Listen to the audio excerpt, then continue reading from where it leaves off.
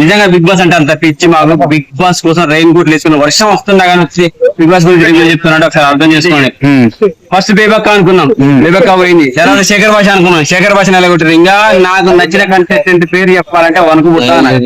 ఎప్పుడు ఎడ పంపించేస్తారు అని చెప్పి. కానీ ఇక నేను ఏం చేస్తున్నా అంటే ఇప్పటి నుంచి ప్రతిరోజు ఆట ఎవరు ఆడుతున్నారు అని చెప్పేసి వాళ్ళ గురించి ఆలోచిస్తున్నా, వాళ్ళ గురించి ఆలోచించి వాళ్ళకే ఓటేస్తుంది తప్ప ఇక్కడనే టార్గెట్ గా పెట్టుకోవట్లేదు. ఈ కంటెస్టెంట్ ఉండాలి, వీళ్ళే గెలవాలి, వీళ్ళే విన్నర్ అని చెప్పాల్సుకునేది, బయటకు పంపించేస్తున్నాడు.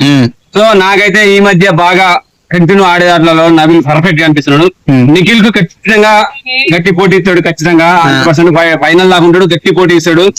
ఆ నిఖిల్ కూడా కొంచెం ఈ మధ్య బెటర్ అవుతాడేమో అనుకునే మూమెంట్ లో సోనియా పోయింది, సోనియా బాయే యష్మి వచ్చే ఏదో అన్నది కదా,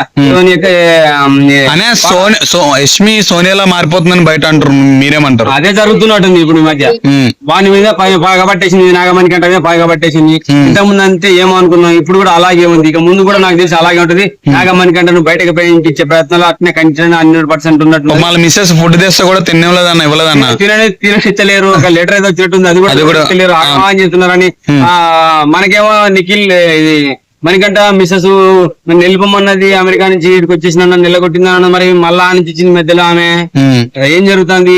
మణికంట గేమ్స్ ఆడుతుండా, బిగ్ బాస్ గేమ్స్ ఆడుతుండా, మనతోటి నాగార్జున గేమ్స్ ఆడుతున్నారా? సో అందరు కలిసే ఉన్నారు, సంథింగ్ ప్రోగ్రామ్ కోసం వీడికి పంపించినట్టుంది. ఇది క్లియర్ అర్థమైతే.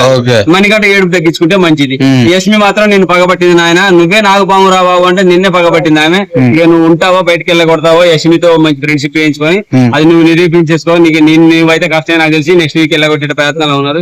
ఈ మధ్య మిడ్ వీక్ లో ఆదిత్య గారు పోయారు, చాలా బాధ చేసింది. సో టాప్ ఎండ్ లో కూడా సాటర్డే సండే కూడా ఇంకో ఎలిమినేషన్ ఉందంటారు, ఎవరు అవుతారు? నైనిక పోయే ఛాన్స్ ಇದೆ 100%. నైనిక, విష్ణుప్రియ కూడా లైన్ లో ఉందంటారు. నైనిక తర్వాత విష్ణుప్రియ పోవచ్చు, విష్ణుప్రియ ఉంటుంది ఇంకో 1 వీక్ 2 వీక్ ఉండొచ్చు. విష్ణుప్రియ అండ్ మణికంఠ, నెక్స్ట్ ప్రేరణ గాని యష్మి గాని ఉంటారు నెక్స్ట్ సండే తర్వాత. సో నైనిక అయితే వెళ్తుంది ఖచ్చితంగా సండేకి. థ్యాంక్ యూ అన్న.